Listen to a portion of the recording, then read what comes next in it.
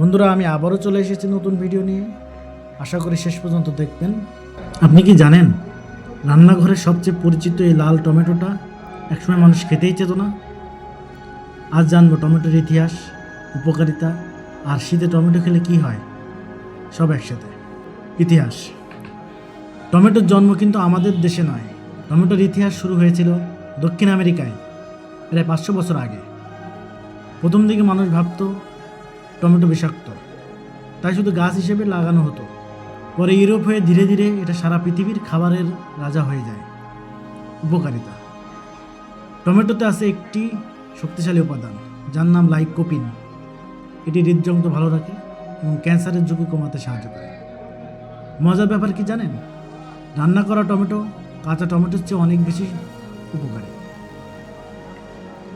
কারণ রান্নার সময় লাইকোপিন আরও ভালোভাবে কাজ করে। ত্বক ও স্বাস্থ্য।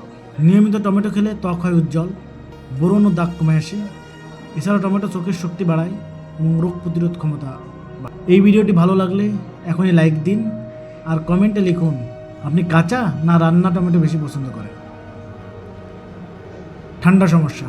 শীতকালে টমেটো খেলে শরীর পায় ভিটামিন সি, যা ঠান্ডা কাশি থেকে বাঁচাতে সাহায্য করে। তবে শীতে খালি পেটে অতিরিক্ত কাঁচা টমেটো খেলে গলা ব্যথা বা গ্যাস্ট্রিক হতে পারে, তাই শীতে টমেটো রান্না করে খাওয়াই ভালো। সব মিলিয়ে টমেটো ছোট হলেও এর উপকারিতা কিন্তু বিশাল।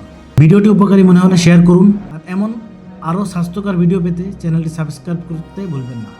ধন্যবাদ।